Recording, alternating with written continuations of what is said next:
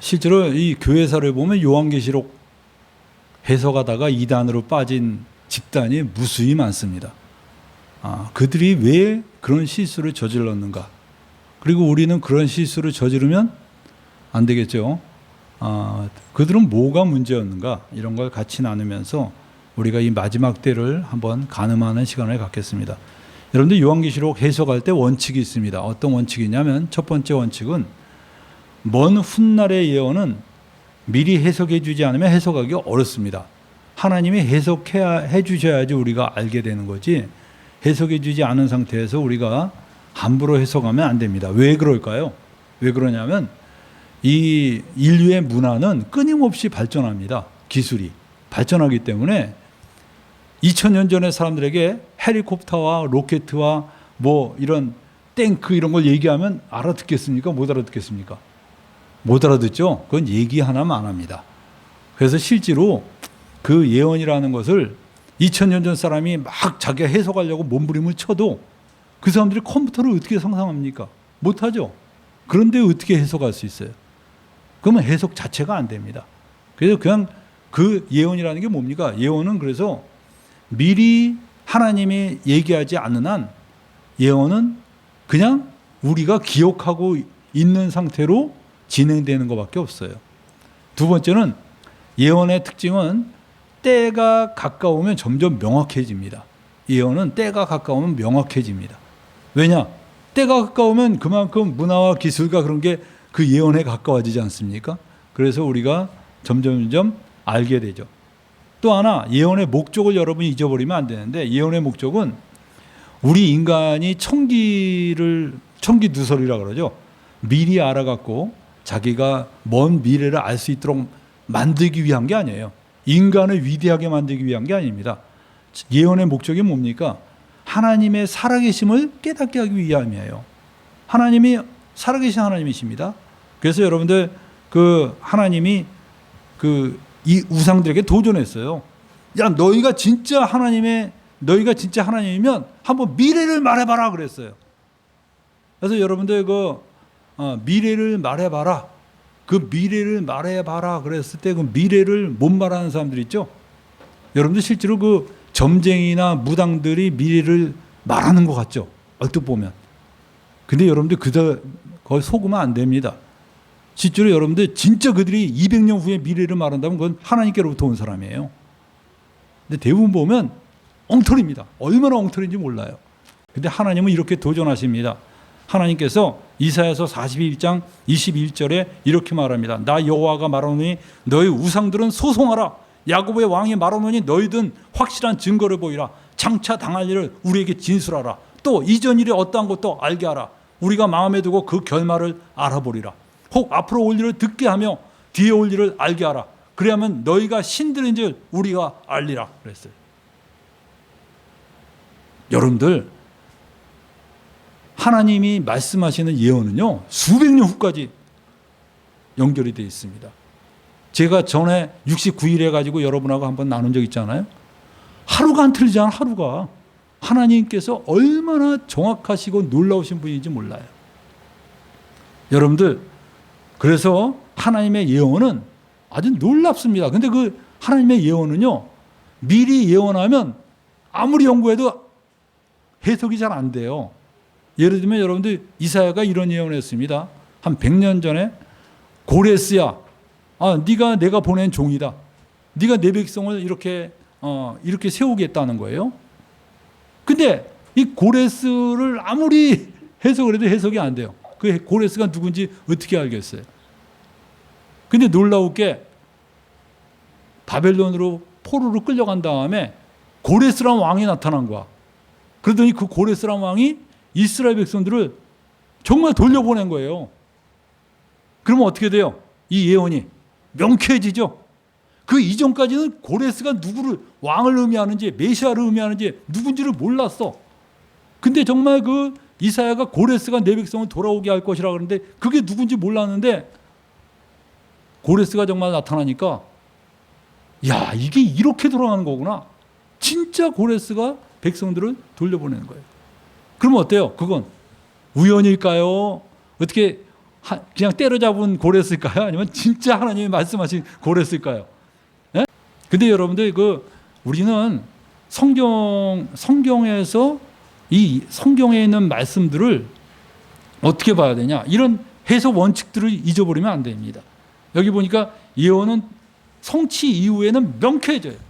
그래서 여러분들 분별은 뭘로 하냐? 이걸로 분별하면 돼요. 그 모든 말씀이 예수 그리스도로 향하고 있느냐? 아니면 예수님이 아닌 다른 사람을 향하고 있느냐? 그게 분별이에요, 여러분들. 딴 게 분별이 아니야. 여러분들이 막 저 사람 이론이 대단한 것 같아. 근데 나중에 보니까 예수님이 아닌 딴 사람을 향하고 있어. 이단이에요, 그거 이단. 미혹입니다, 그게.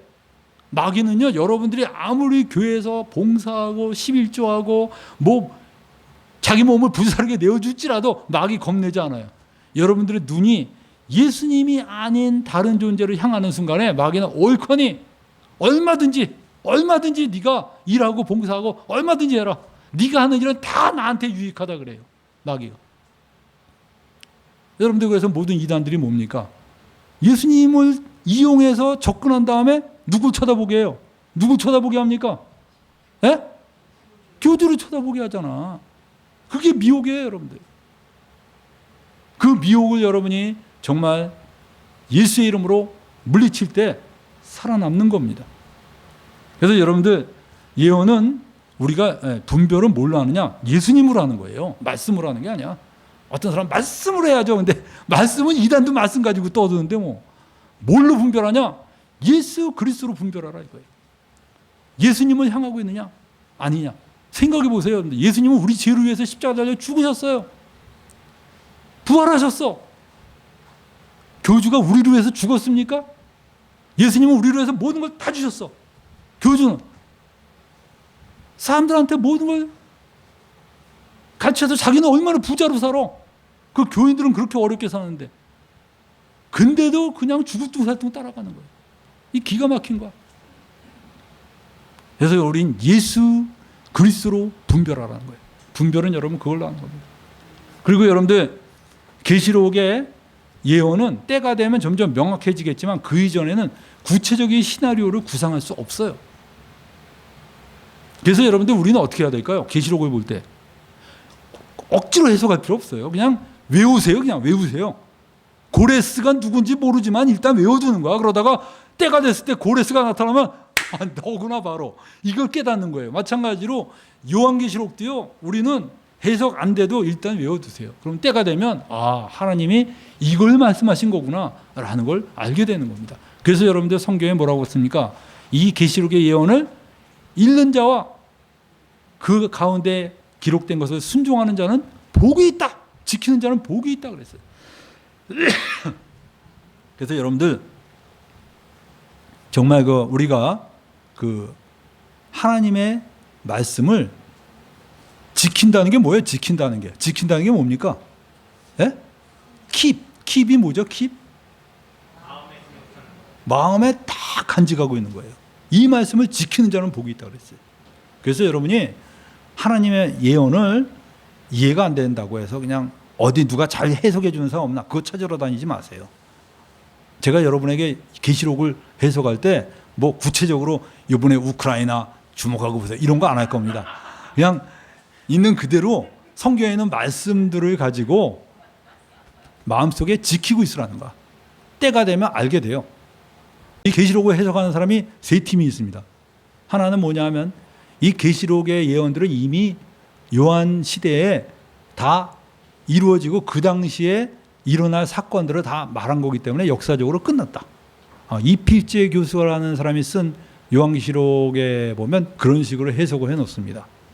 두 번째는 그 요한계시록의 사건들을 우리 2000년 교회사를 이렇게 시대로 나눠갖고 이게 다 첫째인 이 초대 교회 시대 때 첫째인, 두 번째인, 세 번째인 이래갖고 마지막 때의 일곱째인 때 다시 또 일곱 나팔로 이렇게 분산이 되고 일곱 나팔 중에 또 마지막 나팔 때 또 일곱 대조 이런 식으로 쫙쫙쫙쫙 순차적으로 해석하는 사람이 있어요. 이원동 교수가 이제 그런 식으로 해석을 합니다.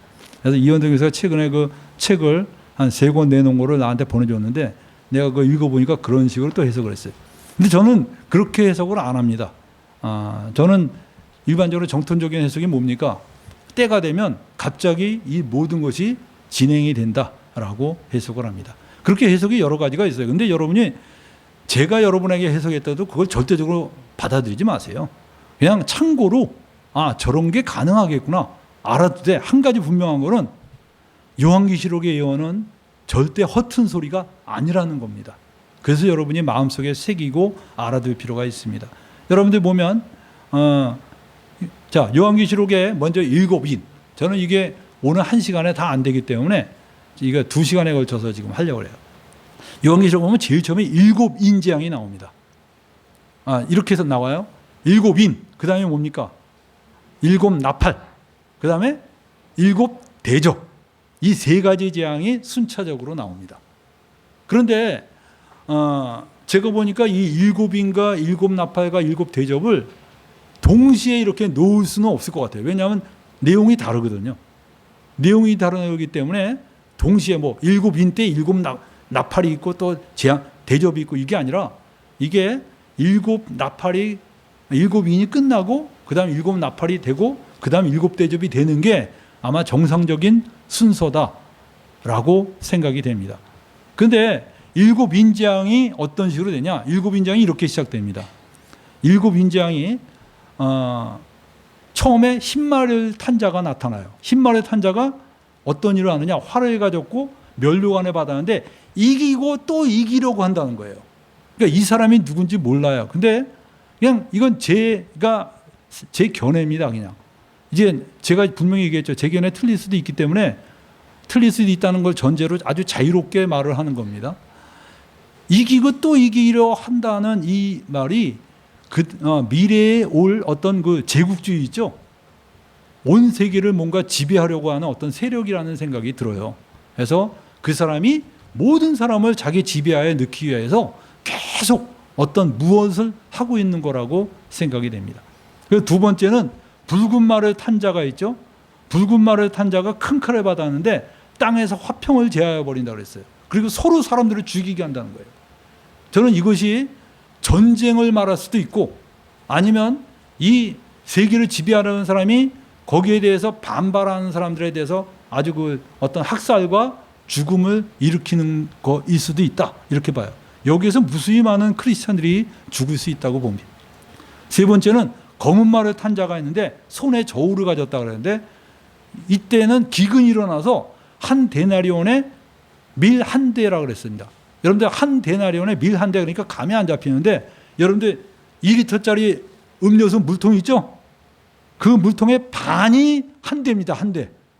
여러분이 하루 동안 노동을 해갖고 그거 반 통의 밀을 사갖고 와서선 집안 식구들하고 먹으려면 어떻게 될까요? 예? 어떻게 돼요? 예, 그렇게 되면 애들은 배 터져 죽고 어른은 배 골아서 죽습니다. 원래 그런 말 있죠. 전쟁 나면 애들은 더 많이 먹는다고. 애들은 없는 걸 어떻게 하는지 막 그냥 어른들은 이제 자식을 위해서 양보하다 보니까 배 골아 죽는 거죠. 그래서 실제로 여러분들 그 기근이 일어납니다. 기근이. 그리고 6번째는 청황색 말을 탄 자가 있는데 이름이 사망과 음부라 그랬어요. 그래서 땅 4분의 1의 권세를 받아서 흉년과 사망과 짐승으로 죽인다 그랬습니다. 그래서 여러분들 그 짐승으로 죽인다는데 에이 요즘 사자한테 잡혀서 죽은 사람이 어디 있어요? 그런데 여러분 짐승은 왜 사자 같은 것만 생각합니까? 뭐가 있어요? 짐승으로 죽을 수 있는 거. 모기는 짐승이 아니고 뭐가 있죠? 쥐 같은 거 있죠?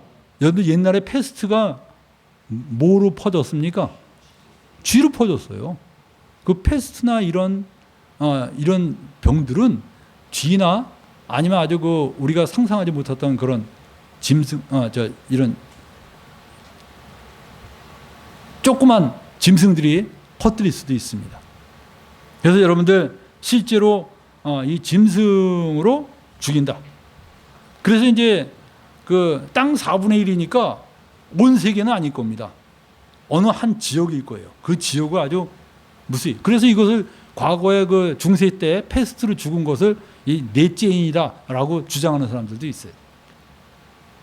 근데 그렇게 주장하기에는 이 순서가 그러면 맞아야 되는데 순서가 잘 안 맞습니다. 그 다음에 5번째는 순교당한 영혼들이 제단 아래에서 호소한다 그랬어요. 하나님 언제 이 세상을 심판하실 겁니까? 라고 하나님께 요청하는 겁니다. 그러니까 하나님께서 뭐라고 말씀하십니까? 흰 두루마기를 주시면서 그 동무 종들과 형제들이 수가 차기까지 잠시 쉬고 있어라 라고 말합니다. 아직 수가 덜 찼다는 거예요. 그래서 여러분 순교자가 하나님이 정하신 수가 있어요. 그 수가 다 찰 때까지 하나님이 기다리시라는 거예요. 그 숫자에 여러분이 들어있을까요? 안 들어있을까요? 제가 만약 거기에 들어있다면 영광이죠. 그건 엄청난 영광입니다. 그 순교자에 들어있다면. 순교 아무나 당하는 거 아닙니다. 여러분들 난 순교 당할 수 있을까? 그런데 그거 여러분들 아무나 취하는 영광이 아니에요. 그거 괜히 깜찍한 소리 하지 마세요. 병들어 죽지 않는 것만 해도 다행입니다. 여러분들. 실제로 여러분들 순교 당하는 건 엄청난 영광입니다. 그래서 여러분들 순교를 당하는 사람들이 하나님 언제 우리 이 원한을 갚아주실 겁니까? 그건 여러분들 순교한 사람들에 대한 원한이 아닙니다. 이 세상을 이렇게 예수 그리스도를 부정하게 만들고 이 미혹하고 거짓되게 만든 이 세상에 대한 하나님의 심판을 요청하는 거예요. 그 다음에 6번째 이는 뭡니까? 큰 지진이 일어난다 그랬어요. 그리고 해가 검어지고 달이 핏빛이 된다 그랬습니다. 그리고 하늘의 별들이 땅에서 떨어진다는 거예요. 여러분들 하늘의 별들이 떨어지면 어떻게 될까요? 재용이 형제 하늘의 별이 떨어지면 어떻게 될까요? 지구가 박살나겠죠. 여러분들 우리 이 빌딩만한 돌이 한국에 떨어지면요, 한국의 절반이 날아갑니다. 여러분들 겨우 요건데 아닙니다, 여러분들. 시베리아에 한번 별똥이 한번 떨어졌는데 시베리아에 수백 킬로가 폐허가 됐어요, 그냥 한꺼번에. 그리고 원자폭탄 수천 개가 터진 거하고 거의 맞먹는다 그러더라고요. 어마어마하더라고요, 그게. 한번 떨어지면. 근데 여러분들 그렇게 떨어지면 지구가 남아나지 않죠. 근데 7위는 그렇게 떨어지지 않습니다. 7위는 전 그래서 7위는 도대체 별이 어떻게 떨어질까? 왜냐하면 아직 7나팔이 있고 7대접이 있는데 7인데 뭔가 다 끝나버리면 안 되잖아요. 그죠? 그래서 제가 한번 그래서 요거 한번 이 사진을 한번 찍어왔어요.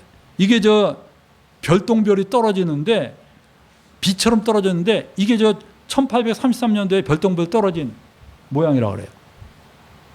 근데 이게 우리나라에서 찍은 거예요.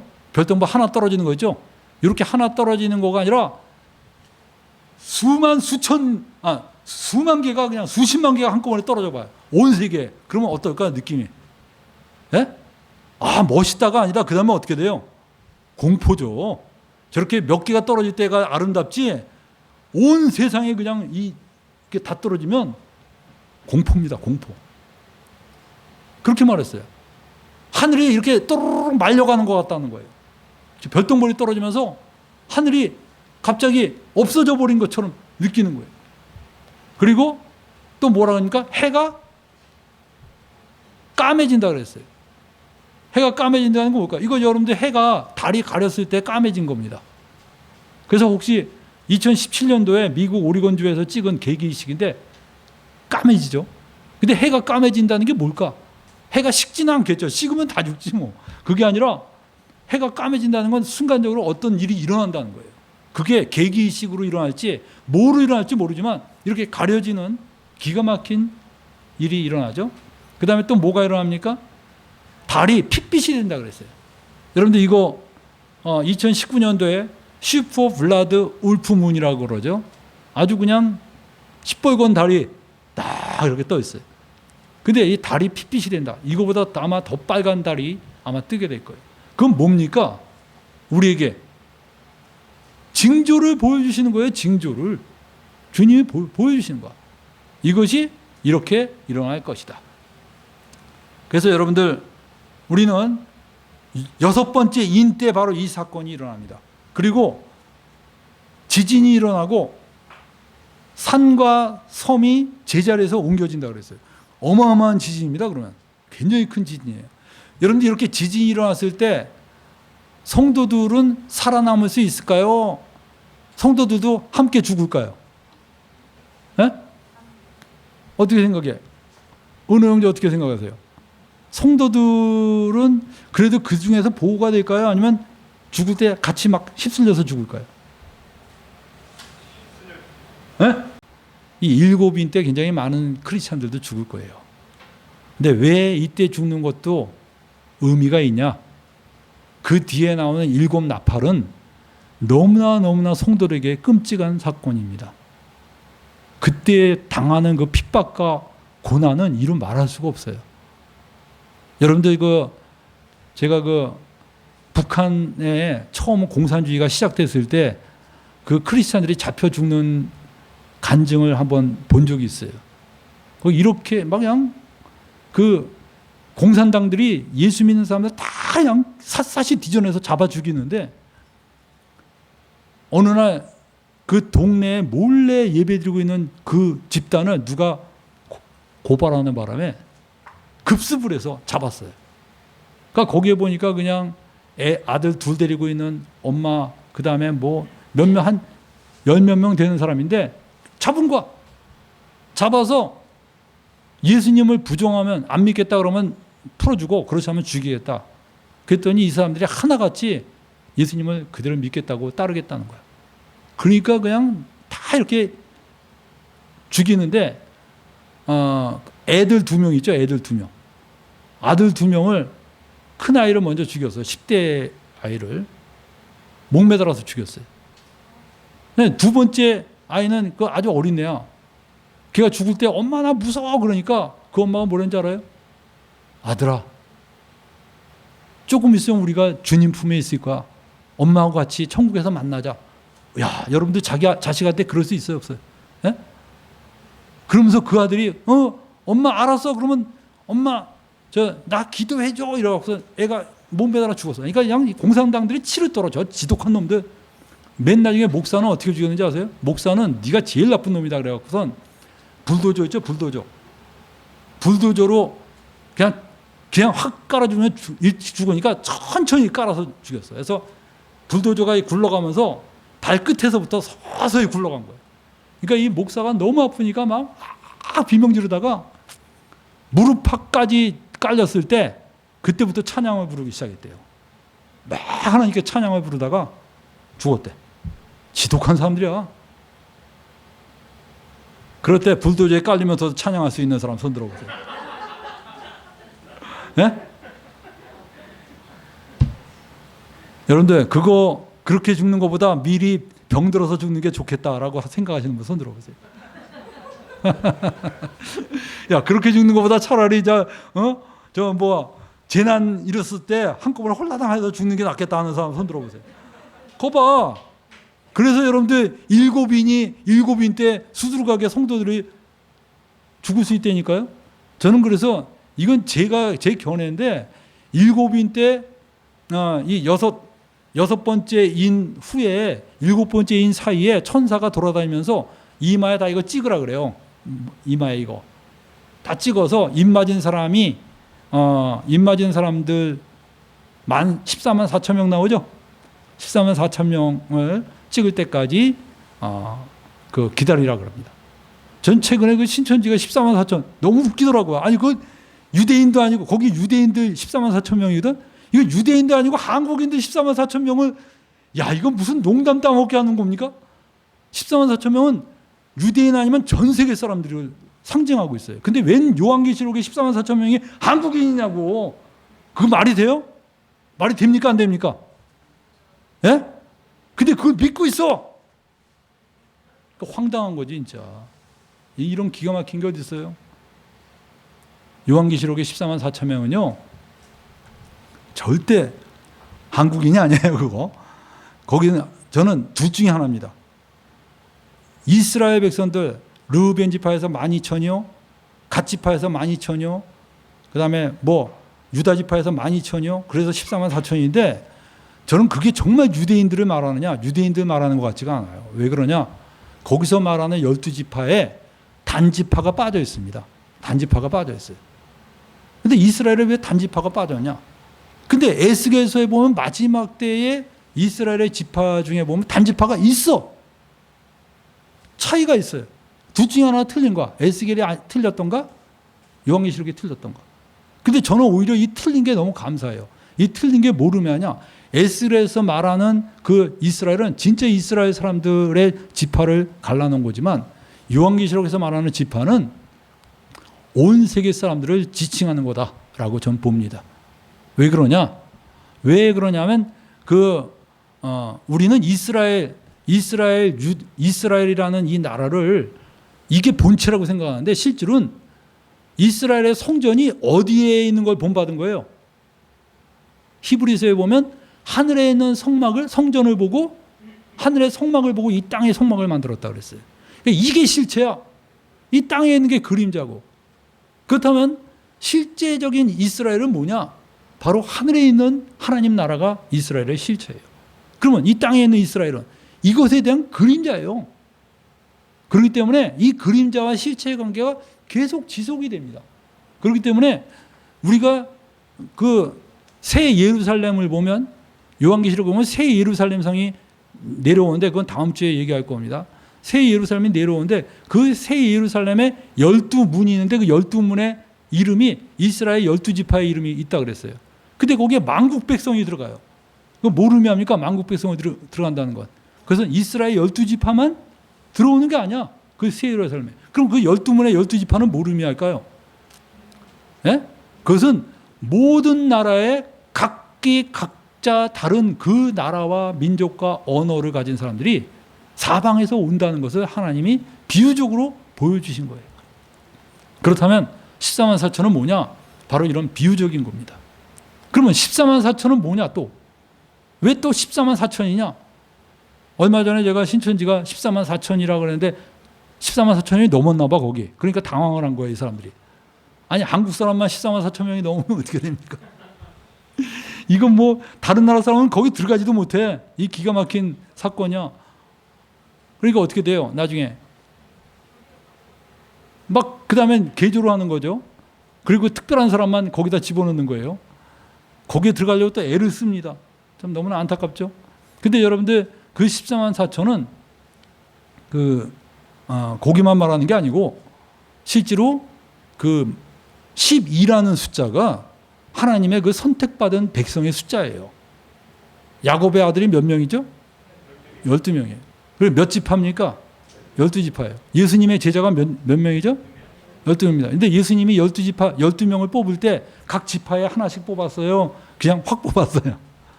예? 예? 무슨 지파가 제일 많아요? 예수님의 12제자 중에. 그거 안 해봤어요? 여러분들 예수님의 12제자 중에 유다 지파가 제일 많습니다. 왜냐하면 예수님도 무슨 지파예요? 예. 그리고 요한이 사춘지간이라니까? 무슨 지파예요 그러면? 유다 지파죠. 야고보가 또 사춘지간이야. 무슨 지파야? 유다 지파예요. 안드레, 베드로 무슨 지파인지 정확하게 우리가 잘 모르겠지만 대부분 유다 지파예요. 대부분. 그러면 예수님의 12지파를 뽑을 때 그 사람들이 새 예루살렘에 12기초속이 됐다 그랬거든. 사도들이 12사도가 12기초속이 됐다 그래서. 그러면 이 지파가 의미하는 게 뭘까요? 그 지파가 의미하는 건 진짜 유대인들의 지파를 말하는 게 아니고 온 세계 사람들이 다 들어올 수 있는 것을 말하는 거다. 그래서 여러분들 그 뒤에 보면 14만 4천 명을 모은 다음에 어떤 일이 생기느냐? 헤아릴 수 없는 큰 무리들이 하나님을 찬양하는 걸 봤다 그랬어요. 이 사람들이 바로 저는 14만 4천 명의 정치라고 생각합니다. 그래서 모든 그리스도인들이 들어오는데 그럼 이 사람들은 그래서 이제 여기에서 여러분들 좀 어려울 수 있는데 여기에서 사람들은 이때 휴거가 일어난 게 아니냐라고 생각합니다. 근데 여러분들 휴거가 그렇게 여러 번 일어난다고 생각되지 않아요. 그럼 이 사람들은 뭐냐? 저는 그래서 이 사람들이 그 일곱인 때 이 세계에서 어마어마하게 많이 죽은 그 사람들 아니냐? 성도들. 그 성도들이 하나님을 찬양하고 경배하는 게 아니냐? 이렇게 생각을 합니다. 그래서 저는 이 14만 4천과 흰옷을 입은 셀 수 없는 무리들, 이 무리들에 대해서 우리가 참 더 두고 봐야 되겠지만 저는 그렇게 생각을 해요. 그래서 14만 4천은 비유적인 거다. 비유적인 거고 이 세상에서 헤아릴 수 없이 많은 사람들을 주님이 도장 찍고 아마 그 14만 4천이 일곱 나팔 재앙에 들어갈지 모르겠습니다. 그리고 헤아릴 수 없는 큰 무리들은 하늘에서 하나님을 찬양하고 있고. 근데 그 다음에 여러분들 일곱 인 때 뭐가 벌어지느냐? 일곱 천사가 일곱 나팔을 받아요. 이제 다시 또 시작입니다. 일곱 인이 끝나면 일곱 번째 인에서 뭐가 생기냐고? 일곱 나팔을 받는다 그랬어요. 그 일곱 나팔을 받은 천사들이 드디어 일곱 나팔을 불기 시작합니다. 누가복음 21장에 이런 말이 나옵니다. 그들이 물어 이르되 선생님이요 그러면 어느 때에 이런 일이 있겠사오며 이런 일이 일어나려 할 때에는 무슨 징조가 있사오리까? 그러니까 예수님이 이렇게 말씀하셨습니다. 미혹을 받지 않도록 주의하라.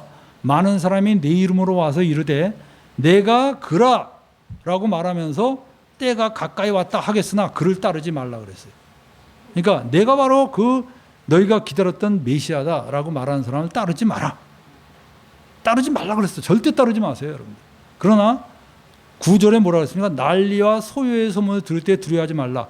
이 일이 먼저 있어야 돼. 끝은 곧 되지 아니하니라 그랬어요. 난리와 난리 소문을 듣는데 이게 끝이 아니라는 거예요. 그럼 난리와 난리 소문을 들을 때가 언제일까요? 나는 이때가 바로 일곱인 시대라고 생각을 해요. 일곱인 시대가 바로 난리와 난리 소문을 들을 때다. 근데 여러분들 한번 이렇게 한번 봅시다. 이걸 오늘날에 적용을 무리하게 하면 안 되겠죠. 그러나 그냥 상식적으로 한번 우리가 항상 깨어있는 마음으로 생각해 볼 때 여기 뭐가 일어납니까? 흰말을 탄 자가 나타나서 이기고 또 이기려고 한다는 거예요. 이 전 세계를 어떻게 통째로 제국주의식으로 지배하려는 어떤 시도가 있는데, 근데 여기에서 그 반발하는 사람이 왜 없겠어요? 반발하는 사람이 있고 막 거기 반발하는 사람에 대해서 죽이고 그러겠죠. 그러면서 또 하나는 기근이 일어나는데, 전 최근에 그 유럽의 가뭄이 일어난 것이 아주 신기했습니다. 유럽의 그 가뭄이 일어나는데 어느 정도 가뭄이 일어나냐? 강이 다 말라서 바닥이 드러난 거예요. 근데 그 강 밑바닥에 뭐가 있냐면 돌이 있는데, 큰 돌이 있는데 그 돌에다가 새겨놨대, 사람들이. 뭐라고 새겨놨냐면 이 돌이 보이면 울어라, 이렇게 새겨놨대. 이 돌이 보이면 울어라. 근데 이 돌이 보이면 울어라 그랬을 때 그걸 뭐라고 얘기하냐면 헝거스톤이라고 불렀대. 헝거스톤. 근데 체코의 엘베강이 진짜 바닥이 드러나갖고 그 돌이 보였다는 거예요. 강바닥이 드러나서 그 돌이 보인 거야. 이 돌이 보이면 울어라. 헝거스톤이 보인 거야. 그리고 지금 그 우크라이나의 그 곡물이 세계 곡물의 15%인가를 차지한다 그러나 그래요. 어마어마하더라고요. 근데 그게 딱 차단이 되면서 사람들이 갑자기 곡물 가격이 오르고 쩔쩔매는 거야. 그러니까 내가 보니까 우리나라 사람들은 어때요? 우리는 곡식이 풍부하죠. 근데 우리나라 사람들이 자급할 수 있는 능력이 어느 정도 되는지 알아요? 만약에 전 세계에서 곡물을 수출을 안 한다. 그래서 우리나라는 우리나라에서만 나온 걸로 먹고 살아야 된다. 그러면 몇 프로가 먹고 살 것 같아요? 예? 지금 우리나라 자급률이 15%래. 85%는 다 굶어 죽어요. 그럼 여러분들은 어떻게 합니까? 그러니까 산이고 땅이고 그냥 뭐 지렁이 지나가다가 있으면 집어 먹어야 돼. 여러분들 이거 우리나라가 우리 이렇게 풍족한데 그거 다 수입해서 가져와서 그래. 수입해서. 수입이 안 되는 순간에 우리나라는 바로 그냥, 요새 우리나라 쌀이 남아돈다 그러죠. 왜 쌀이 남아돌까요? 밀가루만 먹어서 그래. 밀가루 엄청나게 밀가루 먹잖아. 빵 먹고 뭐 라면 먹고 국수 먹고 이러니까 되는 거지. 그거 마냥 전부 밥으로 바꿔봐, 모자라요. 여러분들 우리나라도 식량이 자급되는 나라가 아니에요. 우리나라처럼 자원이 모자른 나라가 없어요.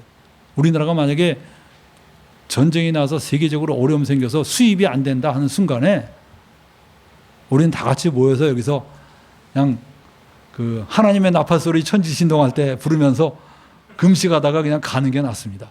정말 여러분들 그 시대가 있을 수 있어요. 그걸 여러분들 잊어버리지 마시기 바랍니다. 그때 여러분들 굶어 죽는 거 너무 슬퍼하지 마세요. 저는 이 일곱인에 대해서 생각하다가 일곱 나팔 때 순교당하는 것보다 일곱인 때 죽는 것도 행복한 거다. 그래서 이사야서에 이런 말씀이 있습니다. 의인이 죽는 것을 사람들은 의인이 죽는 것에 대해서 사람들이 말이 많지만 실제로 그 의인이 화액이 일어나기 전에 하나님이 데려가신 줄 누가 알겠느냐. 하나님이 그 의인을 미리 데려가신 거야. 그래서 여러분들 우리가 이 세상에서 미리 간 것에 대해서 막 물론 슬프고 그러지만 그 사람을 하나님이 미리 데려갈 수도 있어요. 그럼 나를 남겨놓은 건 뭐냐? 둘 중에 하나입니다. 나는 그걸 극복하고 이길 수 있다라는 믿음의 소유자거나 아니면 버려진 사람이거나 배도할 사람이거나. 끔찍하죠? 그래서 여러분들 우리가 그래서 이 요한계시록 쓰여진 목적은요, 그 환란이 왔을 때 낙심하지 말라는 거예요. 좌절하지 말아라. 그리고 용기를 내고 힘을 내고 희망을 가져라. 그런 목적으로 요한계시록이 쓰여진 겁니다. 우리 다음 시간에는 우리가 일곱 나팔, 이게 아주 이낙은 비교가 안 되게 흥미진진합니다. 일곱 나팔과 그 일곱 나팔 이후에 일곱 대접. 일곱 대접은 세상에 국물도 안 남는 거예요. 그러니까 일곱 나팔은 성도가 있을 때야. 성도들이 있어. 그리고 세상으로부터 엄청 핍박을 받아요. 미리 이거 예고편을 보여드리는 건데, 근데 그 일곱 나팔 이후에 성도들이 올려가고 난 다음에 일곱 대접은 어떨까요? 없어, 세상에 성도가. 그럼 하나님은 어떡할까? 일곱 대접은 진짜 대접을 그냥 쏟아 붓는 거예요. 그냥 일곱 대접은 나만 하는 사람 없어. 끝이야. 일곱 대접장. 근데 그게 이제 요한계시록에 나오는데, 우리 일곱 나팔과 일곱 대접 흥미진진한 마음으로 우리 여러분들 기대하고 다음 주에 이거를 개봉박도 하겠습니다. 네, 우리 잠깐 기도하겠습니다.